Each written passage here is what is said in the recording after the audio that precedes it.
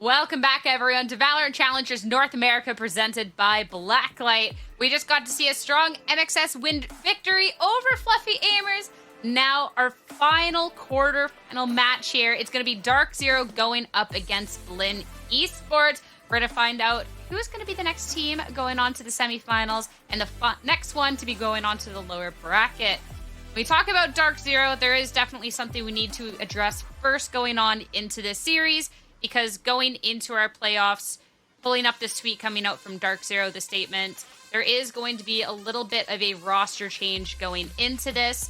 Not necessarily most surprising going on here, but it will be Weeded stepping out due to health battles, and it's going to be Raucous coming on into this. So we definitely send our best to Weeded. Honestly, being able to see him play with Dark Zero has been fantastic, and I'm excited to see how Raucous goes slotting in here, pulling up our roster sheet here, because, Roy, when we talk about Raucous and his performances and stuff, there's not much as of late. Yeah, he's kind of just been sort of MIA in the competitive circuit. If I do remember correctly, though, he has been pretty active in ranked still, and he does still play the game. He just doesn't play it in a competitive setting. But, I mean, he's a very experienced player nonetheless, and he has competed in, multiple titles, right? So I think the level of, pressure and the level of just, kind of getting slotted into such a dynamic role should be a smooth transition, Copium.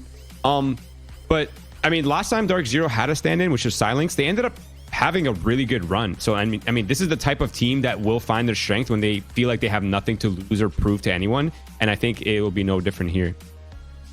I think especially too when we look at this Dark Zero team, that it's a team that everyone's able to step up on any occasion. So when there has been, a sub-slotting in or whatnot, we've gotten to still see that the score of this team's really being able to perform, because even when there is these pop-off performances from anyone at any point, they don't necessarily have to rely on them, which I think has definitely put DZ to just be a cut above. They've been one of the top teams here in Challengers and looking to continue that in the playoffs.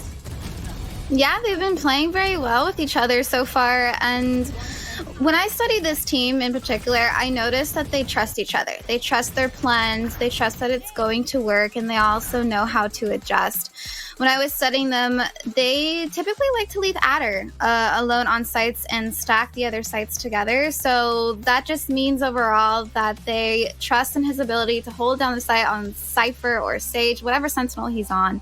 But another player that really stands out on Dark Zero is Corey. Corey has been so consistent throughout all of the stages here, and it's not easy to do that. And he's also very versatile. Let's take a look at his agents down there, Roy. Yeah, I mean, I love that you touched on that versatility, to be honest, because Dark Zero's dynamic reminds me a lot of EG Champs dynamic, where they have Jaw and they have Demon 1 playing kind of the specialist roles. But Corey's flexibility allows him to kind of mitigate some of their weaknesses because he's so flexible. And I think it's sort of that dynamic between him and B-Dog that really allows them to just kind of shine in those roles.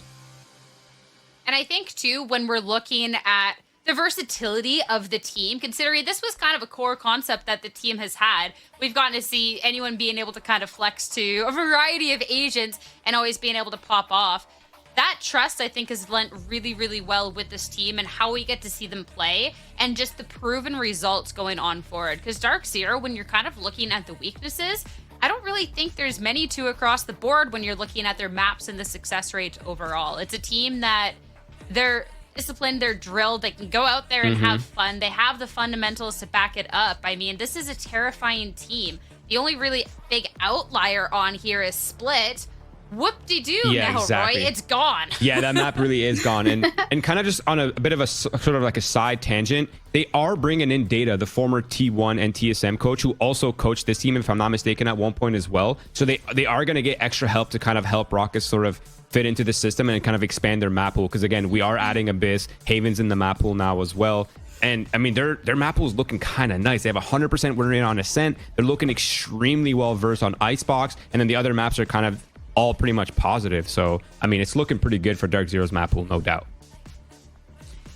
It's definitely a scary one for when we're looking at our map select later on for how that's going to be shaking out, because Blinn, they definitely have a lot to be thinking about for that. But let's talk about this Blinn roster, because when you talk about Blinn Esports, reminder, this is the team that made their way up through that promotion tournament. This is the sole collegiate team now still remaining in Challengers after Winthrop got relegated.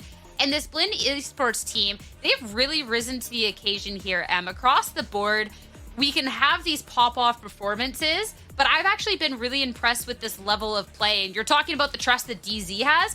Blinn is very reminiscent of that for me as well. Yeah, and this is a team that does have players occasionally that pop off that really stand out for them. But I want to highlight T, who is the support role, the Breach, the KO, the Sky. I noticed that when this player has 50 assists, 32 assists, like versus Doughboys and Sad, that they're winning this game. So I think for him, he's going to need to have his timing right, his supportive util, and really they're going to play best as a team when they do that. Yeah. Looking at stage 2 match history here, Roy. Yeah, I mean, no, that's a really good point. I think their dynamic is what's really allowing them to have such good results. Like you can see they 2-0'd M80. That alone is already kind of a statement. And both times they played Dark Zero in the mid-season cup and in stage 2, it ended up going the distance to 3 maps every single time. So that just goes to show you that this team is not a fluke, and they're kind of like the miracle team. They're a team that's kind of easy to love. Like they're an underdog. They are playing against like all odds. They still managed to qualify into playoffs versus teams that were there since stage 1. So it's been, I mean, you really cannot deny Blinn's presence in this league. Yeah, when you're looking at this newcomer team coming into this, it's kind of hard to not root from them. They're going up against these established teams and really putting up a fantastic fight. They're winning out against these other teams that you could have made the case that Blinn should have been among them, and being able to get those victories over the likes of M80 and whatnot, I think it's just really proven. And over time, because it was like, all right, it's just a little bit of a honeymoon phase here, Em. Like, what are we expecting out from Blinn? Is this just a one-time? And they got to show that's not really the case. The consistency across the board with players has been to a really high level. Yeah, they have been consistent. That's hard to do. And their play style to me is, if they're allowed the space, then they're going to play contact into execing. They're very strategic. They're very to the book of hitting the sites, which works really well for them. Now we're looking at Okeanos, and this has been a player to watch, in my opinion. I'm looking forward to seeing him play, especially head-to-head versus Corey, if they're going to be playing Raze today. Yeah, and I'd also like to bring up the fact that Okeanos is the second highest first kill, first death ratio player in this league. Only second to Mata, who's a phenom in his own way in that role, right? So this player is not just an underdog, but he's actually a really strong presence on this team. And it could be, I mean, M could be right. It could be their support system. It's kind of hard to say, but his stats are undeniable. Like, he is incredibly consistent at finding those first bloods and avoiding the first death. He's a really strong player. He's very versatile. He opts, he rifles. Like, there really aren't any clear weaknesses when you think of this player. Which has been really nice to see. I mean, we knew going into this that Okeanos was one to watch, and the other team have definitely proven their worth as well. But when I'm looking at this rematch, because these teams have faced off semi-recently, Okeanos is someone that I definitely just kind of have my eye on, because there's a reason that we highlighted particularly Corey and Okeanos here, because they were both two players that rose up to the occasion last time these teams met. This was week 4 of stage 2. And this was a 3-map series. Unfortunately, Blinn running out of steam at the end. We talk about Dark Zero's map pool being quite deep. I think this is kind of the biggest indication of it here. But it's, yeah, it'll be interesting then looking at the map picks and bans for today's series presented by Blacklight for how this one is going to be shaken up. Because we saw that Blinn can be putting up the fight, but whether the map pool will allow them to, Roy, is going to be the biggest question. Yeah, but let's see what the map is going to be. Okay, this is my second favorite part of the stream. The first part is when I see the compositions and I get to geek out about it. But oh, the Haven comes out. I love that pick actually from Blinn. The second map will be Bind and drum rolls. The drum roll. Oh, no Abyss. Are you celebrating, or what about no Abyss? We're celebrating. We're celebrating. All right, I'm down. But the third map is Ascent. That is actually really interesting, considering Dark Zero has, I mean, they've pioneered a new meta. Like, they have established a meta that tier 1 teams are copying. They've been undefeated on this map. Their Ascent is wild. So if it gets to that, I think Dark Zero is looking like in a pretty good spot. But Haven and Bind are the first 2 maps that these teams will have to play out on. When I look at the map, you know, like, I don't disagree with you on Ascent whatsoever. I think, yeah, this is a terrifying map to take Dark Zero on. You were saying before that there's a reason why teams aren't taking Dark Zero to that. And then I look at the options. The Icebox that you got 13-3'd on the last time you guys met, it doesn't really seem too much better. That's between a rock and a hard place on that one. So I definitely think that if Blinn have something up their sleeve, that's interesting. If not, this might be one they have to try and take down into.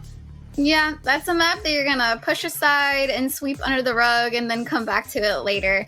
This is a rematch, right? And Dark Zero won the last time that they played. So they're gonna be playing with their hearts out here, Blinn. And I think they're both playing to their best maps. Haven's a really good map choice for Blinn, and Bind is also a really good choice.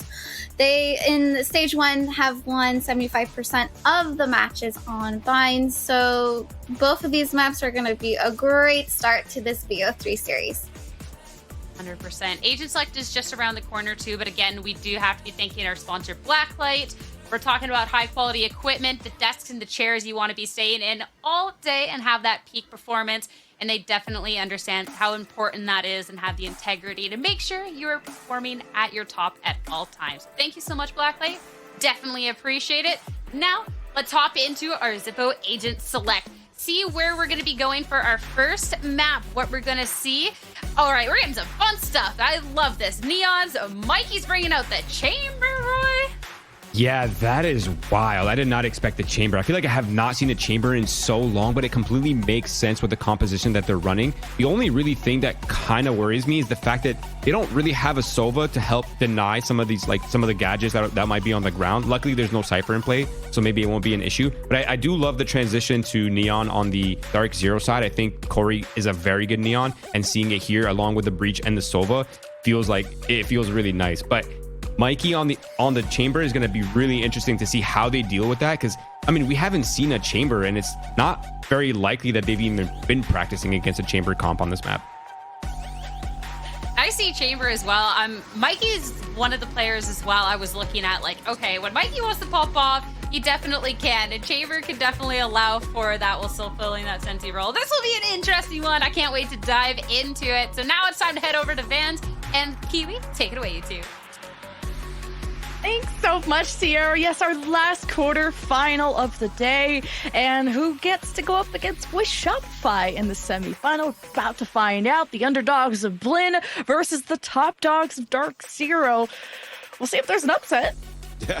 I don't think this is going to be the easiest game for Dark Zero either going into this one, because I think a lot of people would agree that Blinn Esports have been doing such a great job moving in from play-ins to get into this spot, to get 10 points in Stage 2, and be on top of so many other teams to make it into this moment right here. And I know in my chat once in a while, Okeanos drops in and is like, yo, I heard you think that Infiltrator is the best Vietnamese duelist here in Challengers, so I'm going to prove you wrong. So he's coming out right now to be the Neon, to be the one that wants to prove me wrong, and to be the best duelist that we currently have here in Challengers. On the other end, though, for Dark Zero, this is a different composition that they're coming out with this time around, as they're coming out with a Neon instead of playing the Jet comp. This is going to be very fun, because you are going to be battling a lot for this A choke control in the very beginnings, unless there's going to be a different game plan for both of these teams. But you will be asking a lot here out of the IGL over on Blinn Esports side, just because of this compositional change for Dark Zero. So you're putting really a collegiate team to the test to think on the fly. And this is where you can catch like a different Dark Zero. This is Raucus's first match with this team, with Weeded's medical leave that we pointed out. And, you know, he was on a team with Corey before. They know their potential, and it's Corey just zipping on by, getting information, getting blinded, doing his best, but eventually getting caught by Okeanos. It's a good start for the stats he wanted to show off to you, but man, what a bloodbath this B-side turned out to be, and Pistol goes to Blinn. This is sick. Like I said, this is not going to be an easy game for Dark Zero, but on top of that, as much as I was, you know, tooting onto Okeanos, there's also one player that not many people have been talking about, which is Mikey. Kind of like an unsung hero in the Blinn Esports. Even the whole roster is kind of underrated. But Mikey is going to be on that radar of a lot of these teams that has been grinding in the Tier 2 scene for quite a while before he got picked up by Blend Esports, but he was almost there to make it into like potentially scouted and tryouts to make it into partnership, but he has a chance right now to prove everybody wrong into why he deserves a spot right here. Currently playing the C site with this Marshall, trying to look back down here as he gets pinked out. Oh man, Mikey is just getting messed up. Spaz is trying to support him with the smokes, but Dark Zero have already made their way in. Stellar with first blood. Spaz holds the angle, can't disappear into the smoke, but a good dent has been made into the site, and enough time has been spent for Monsi and Okeanos to have a say in this matter. Dark Zero didn't even get away with the plant before reinforcements arrived, and speaking of arriving, Dark Zero have left the building. Exactly. This is actually pretty good because Okeanos walked down and has the perfect timing. So while he's chasing him down and potentially gets this pick, at least damaged it enough. But it gives enough chance now, enough time for Monsi to start rotating over. Yes, it would still be a plant coming down for Dark Zero, but a great opportunity for the last two players to group up with better weaponry and still salvage this round, as it was looking to be Dark Zero's round to win. Oh, Adder caught the swing already, and Stellar, I mean, he's at 15 HP. Timing is a bit funny, but Blinn had the better weapons anyway. But for this to be brought down to a 1v1, kind of scary. And Blinn will take the anti-eco.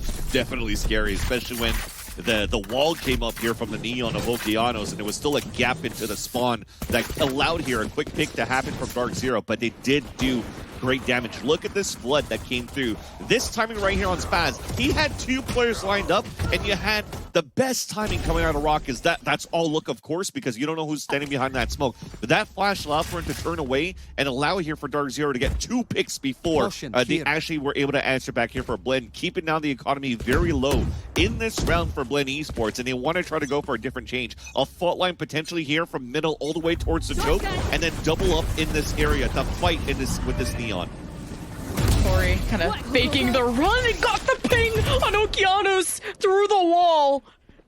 Corey making it look like he's being aggressive, but he's still measured in his approach. It results in a first blood for Dark Zero to hope to take the bonus, but now they are set up on A. Spike there, flank being watched, and in short here is Monsi, who gets caught by Raucus, and who expects someone from Dark Zero to be that far back. Now it's a 3-2 split from Dark Zero on the post plant, as Blinn have only 3 left. Paranoia or Spaz. That smoke may be allowing them to walk in, or at least cut down the angles. And Corey shows up, says hello to 3, and Teague just has to leave. Quite interesting at that point, though, when Monsi actually did spot one with the Prowler. It did get information. It followed back, but he didn't clear out towards the A choke, towards the A long, when he walked up in that area of sewers. And that, unfortunately, didn't allow for him to get any type of like surprise kills coming through. But remember, this was a bonus round coming in from Blend Esports. They had much lower economy going into this round, could not add too much value against the battle of Dark Zero into the A choke when there's only Okeanos out there trying to get some sort of a hot ping for a kill, but it's instead the Sova that gets the ping on the attack side right here that allows Core to get the headshot onto Okeanos while he was stunned. Outside of that, you're trying to save the Phantom, trying to move into your gun round for Blend Esports, and you're trying to reset the economy as soon as you can against Dark Zero. But this, so far, a great start for both of these two teams. You just saw the advantage that you get when your Neon lives and your opponent doesn't have one. Corey was able to just take over the whole map and be front and center for Dark Zero. And now only down a round. Making some noise at A. Mid is open. Watching over is Mikey at double doors. Could be heading into a lot of trouble as Corey cuts across and hit him with the fadeaway. Dark Zero storm into the site and there's no one home. I love it. It's a dash instead of a...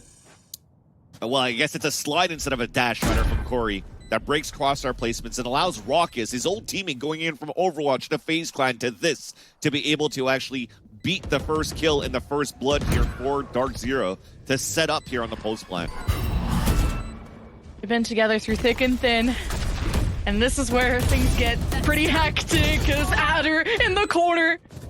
But Blinn been able to fire back on all cylinders. 3 versus 2. One enemy remaining. And there's just not a lot left in the tank. It's all up to B-Dog. Hearing someone to his left, has to react quick, but Spaz is better. and Blinn extend the lead. We were definitely out of position in the end for Dark Zero here in the post plan. Yes, it looked pretty good on how they got that first pick from watching that lean down towards Garage into the window, but somehow he kind of forced out Raucus out of position at the boxes to try to fight back towards the second player of window, which instantly you saw 3 players fall from Dark Zero right after. Following the first 2 deaths inside the garage, every single other person for Dark Zero in the post plan got picked out of position, out in the open, when they were trusting their teammates too much here on how they were playing the post plan, which now allows Blinn to have a clean retake towards the end and keep the economy quite good here for Blinn Esports. But now for both of these teams, an important swing round. It's going to render a broken buy for whoever loses this round. And you're hoping here that the Finger Blasters and the Bucky from Corey will be able to add value into Dark Zero's buy as they have Vandals around this Overdrive available. Overdrive and Nightfall. Okeanos having to best Corey. Shotgun in Corey's hand. In the same way he slipped by, used the slide, like he pointed out. They broke into Garage last time and set themselves up for success for C when they did that last round. Yeah. But Blinn have so much map control. The Prowler makes his way through A long. They know that's not an option for Dark Zero. B is smoked off. Dark Zero ain't doing much. They tried to nanostorm to break the trip, but it didn't. So now this smoke is going to give a lot of value on the defensive side. And if you try to commit within B, you're still going to get hit. So you're right. There's still so much good map control, although it looks so passive for Blinn Esports on the value that they have on the information, especially after that jiggle. Now they can use a 9-4 for retake, but he uses it to fight instead. Malty, he's let loose. Nightfall, Dark Zero walking into a trap, and Okeanos has the overdrive just to clean up. And Dark Zero don't have any other choice, it feels, with 20 seconds left. Raucus is low. Adder is right behind. The spike is gonna be dropped very soon. Okeanos crosses the road, looks both ways, still gets hit by a car. And 8 seconds left. This round is chalked regardless. But now Blinn are feeding their weapons to it. It comes down to a 1v1. And Mikey's not even around to feed, but that was expensive. Definitely, 100%. And that's off the, how can I say it, the cockiness of Okeanos in that round. Because look at the amount of times that he's shooting the overdrive all the way down to 0, recharges to 5, shoots it again, shoots it again, shoots it again, then slides down by himself and pulls out a knife because his ult disappeared with no players behind. And he was trying to do the same thing that Corey was doing before, just try to break crosshair placements, the other one could follow suit and then get picks, but instead they were so uncoordinated on that slide that they lost 4 players in the process. But thankfully they still have Phantoms, and we talked about how this was going to reset the economy for whatever team was going to lose that round. And it's Dark Zero now playing with 2 Vandals and Pistols and a Stinger. But we'll see if they want to leverage the ults on top of that. Depends on the first blood, on the picks that they can potentially get. And Raucus got Rolling Thunder off of that last engagement. Garage is still being contested. Dark Zero, they just keep repeating the same thing. Eventually, Blinn is going to adapt. They stack more people in Garage to deal with this very problem.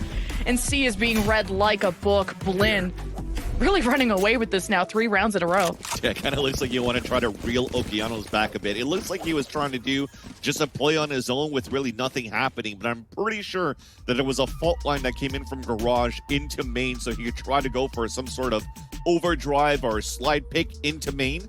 And even if he loses his life, it gives enough information that this is going to be a mid-C, like a Garage to C split, which then propped up the rest of Blinn to just get ready to anchor up and hold the Garage. And they're realizing this right now here from Dark Zero, that, you know, Blinn are playing with a lot of attitude and a lot of confidence and do not care if Dark Zero is potentially the best team that is currently standing in Challengers. You see how aggressive they are. These solo plays that they're currently doing on top of that, on their eco plays, is rendering very fruitful on their side. And Adder on Dark Zero's side spoke about their preparation and what their approach is of the game is to not change anything. If it ain't broke, don't fix it. They're not even thinking about Ascension. They're taking things day by day. And that's where you're not skipping any steps. You're not skipping over a team like Blinn, who themselves believe that they They see themselves as underdogs. They're living that story. But they also know that no one should underestimate them because that's how they creep up on you. Look at the scoreline. It's 5-1. I feel like Dark Zero have underestimated them a bit. 100%. And this is where, when it was broken, they're trying to fix it, right? They lost against Blin last time on this map, 11-13 with a more default comp with the Jet. This time they want to come out with a new comp with the Neon instead of a Jet, with a Killjoy instead of a Cypher, yet still losing. So now you have to start thinking on your toes consistently. With Okeanos walking the way that he does right there to get a pick, this is not looking good here on Dark Zero's approach so far. How do you just walk in and get kills for free? Can someone teach me how to do that in my ranked games? What the hell is that? With confidence. But to be fair, Dark Zero, Corey did say in an interview, they just forgot that Haven was in the map pool and they didn't even scrim it. But this looks even less prepared than before. Every time they walk into a site, Blin have an insane crossfire ready. And this is a gun round that Dark Zero just came out with, and they didn't have to use another ult, the Rolling Thunder available from Teague from the previous round. So they are looking really good on their defensive side so far. The last time these two played against each other, Blin was able to pull 6 rounds on their defensive side in order to close that map, 13-11. But so far, those 6 rounds have already been tied up in 7 rounds of play. So really, for Dark Zero, maybe they learned something against how Blin currently played with the Neon and want to leverage that for their side. But it seems as though it's not really working in their favor so far. All right, fast lane up just to cut off this entry, especially hearing Corey activating that high gear and wanting to get fast into the site. But now that Rock is in position with the Rolling Thunder, they've cleared the site and no one's home. Corey ready at the door too with the smokes in place. They don't see Okeanos in heaven.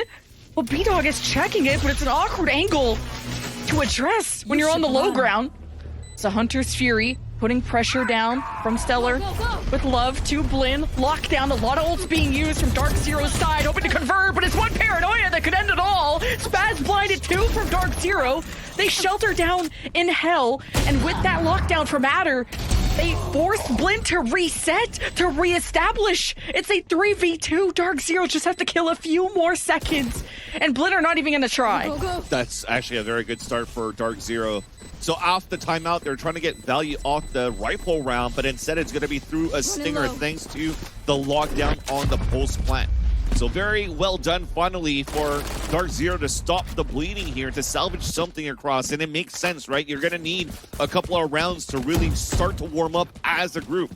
They're going into this game with, you know, a team that usually has been praised to be able to do so much without a coach. But this time around, since the offseason for T1 getting dropped out of the Pacific run into Champions, Data, actually, who used to be coaching, assistant coach also in TSM, is now going in to help out Dark Zero going into the playoffs. And you're also bringing in Raucus, who hasn't played an official game since January 19th of last year in 2023. So there's going to be a lot of cooks in the kitchen and a lot of overcooking from Stellar, where he's going to have to focus a lot on how to really help Raucus implement into the system of Dark Zero and also getting the best value out of it against Blin today. Corey knocks on the door, lets himself in.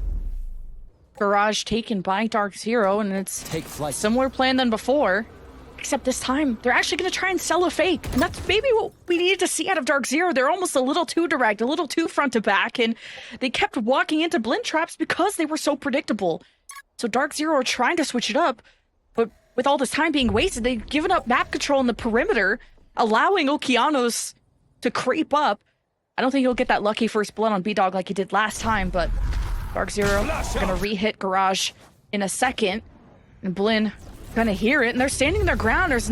Rotations aren't being pulled by Blin. This paranoia, and now the breach util. Oh, that's a jump scare from B-Dog, but he's not gonna commit, and Spaz will hold his ground. Smokes will divide the site in half as Dark Zero, Shockful, trying to force players out of the corner. And it's good pressure onto Blin's backline. But now, a 3v4. Dark Zero have the spike planted. Okeanos can't even do much either. And it's just up to Adder on the post plant. Gets peeked already. 1-2 headshots. We'll see. We'll finish the job. And it's a Blin defuse. Towards the end, it came down to a 1 versus 1 when everything was looking so good for Blin. They had 2 players, again, very aggressive towards the back of the site. You're not even in range to be able to TP anywhere from Mikey, so it's just like, okay, I'm gonna be on my one and done. Spaz is in the back with him. They get these trade-off and then delayed long enough for the full rotate to happen and for a flank to happen on top of that from Okeanos. Yet Adder tried to do the best that he could to pull it down to a 1 versus 1. But the end result is still around, out for Blinn Esports, still around that. Shows that Blinn are good on the anchoring, good on the trades, not afraid to fight either, and getting the best out of Dark Zero so far on Dark Zero's attack side. Even with those kills from Adder, they barely scratched the surface of Blinn's economy. But Mikey gets to just push up through sewers. Dark Zero sent no one there, no eyes, nobody watching flank until maybe now. Stellar versus Mikey. To deny the op, to maybe even steal it away. Raucus gonna add the flash. Mikey will teleport out and forces hesitation from the Dark Zero camp. Oh, this is interesting though. With the TP that went out and the haunt that got no value. Right now, it's potentially trying to force a rotative to continue to add noise for Dark Zero towards this garage. And if this inserts Corey for a first pick, they could re-hit the A site. But they're all doing this without even showing leg towards the A site. They might get owned by Mikey with this op again. Remember what happened when Corey didn't have a neon on the other side? Well, it's different now that he doesn't have a real gun. But hey, he'll still slide in and try to do work against Mikey. There's a lot of cooks in this kitchen, and Mikey's gonna overheat. And it's Spaz on the angle. Where the heck did he just come from?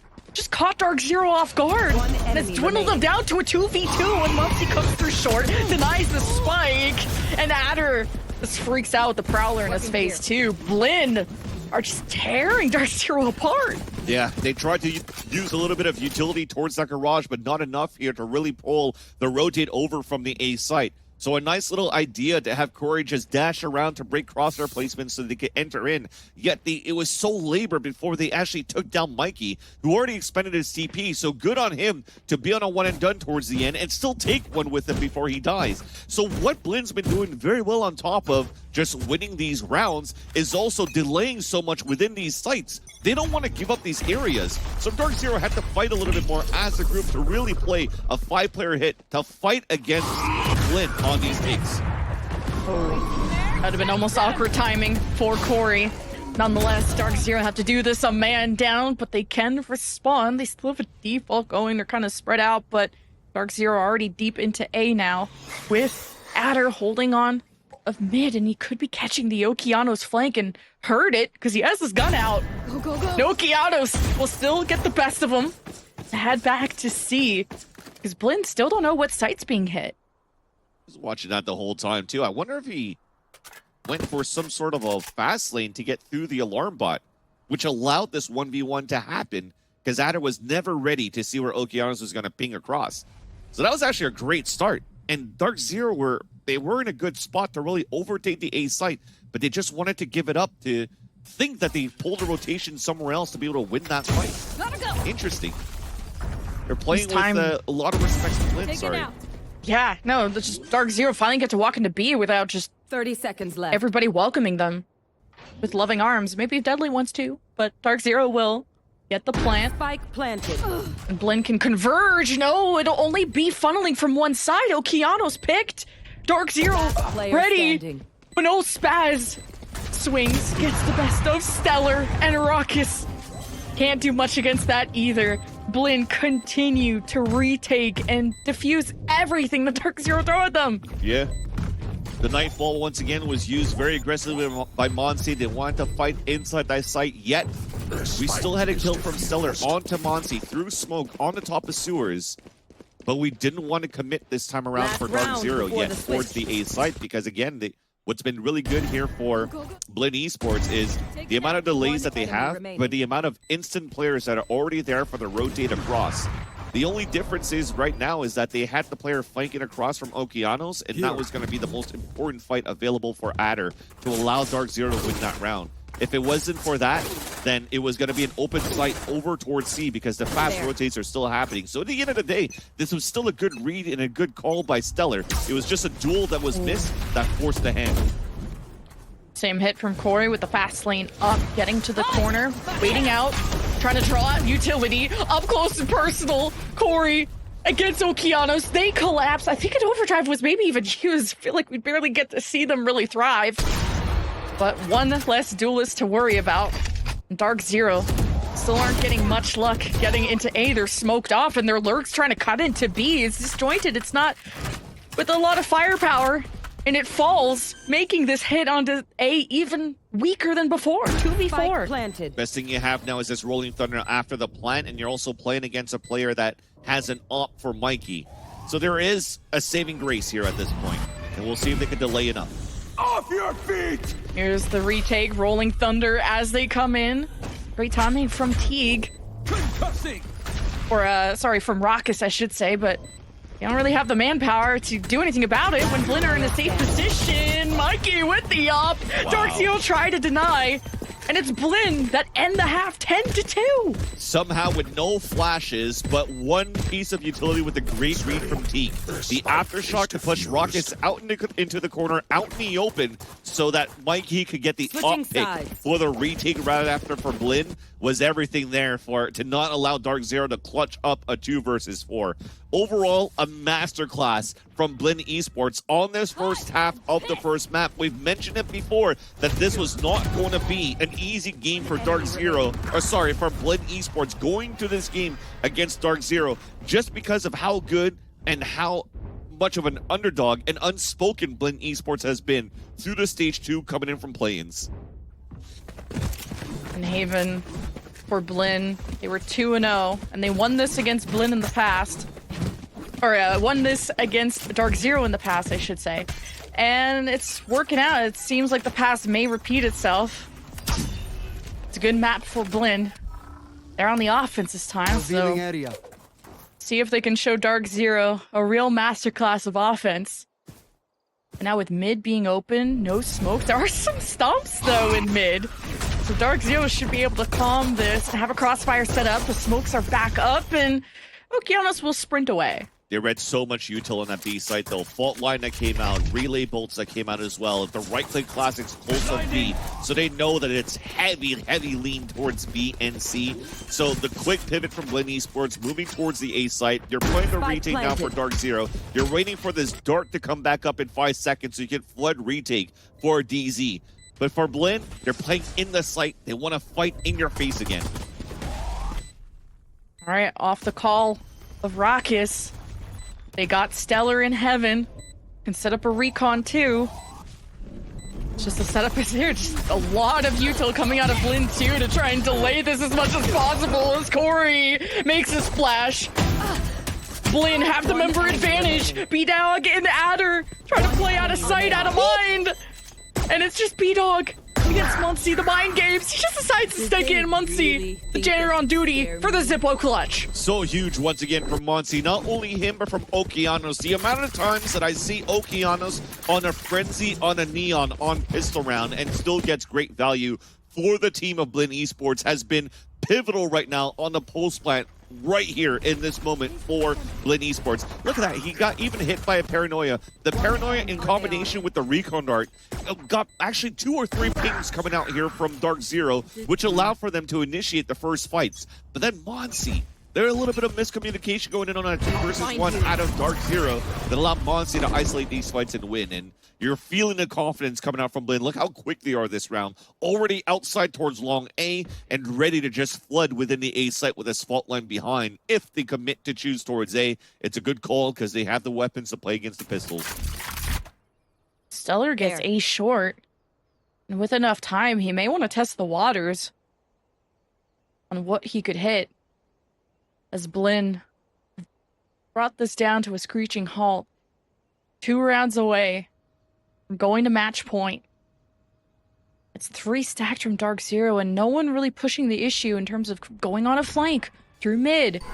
Corey is playing really adjusted with Adder, and Blinn with 50 seconds left will decide to leave, and as they escape, they start to deal with some presence in mid that Mikey removes by force. And hearing this go by, Adder thinks he wants to peek, and he Gets Straggler at the back, and here's the flank too from Stellar. Blinn get into B, but there's just no util to really protect this. The picks still go Blinn's way with a member advantage and the spike going down. Smokes dissipate. B-Dog Stellar with Recon 2 shocks. Tries to force Blinn out of their comfort zone. And as Dark Zero repeat, Okeanos shines bright with 4. Not ready yet.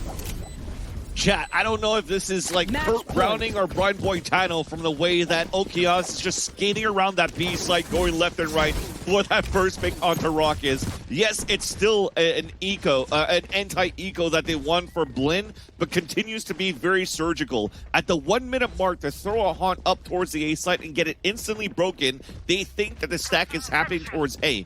And with that, Mike is still watching the flank. It forces out the push from Garage. He gets the first blood, and they know now that BC side is weak, and they pivot towards that side to get the round. All the calls has been perfect here for Blinn, and they just want to close it out right here. Well, went for the YOLO move. Hey, at least Stellar got traded out. I don't think so. So it's very salvageable, especially even catching someone in Garage. Blinn are just capitalizing on going for a wound to a full-out hemorrhage. Adder tries to keep the numbers close, though. And Blinn, their presence detected in Garage, will get a free C-site plant. And it's Corey and Raucus. Former teammates now joined together to go to the ends of Challengers to get into Ascension. And Raucus has been discovered. And Mikey will hold the angle and has Teague ready with 1 flash remaining. And hey, Raucus can't do it all by himself, but Corey will at least get the trade, brings it down to a 1v1 for the win on Haven.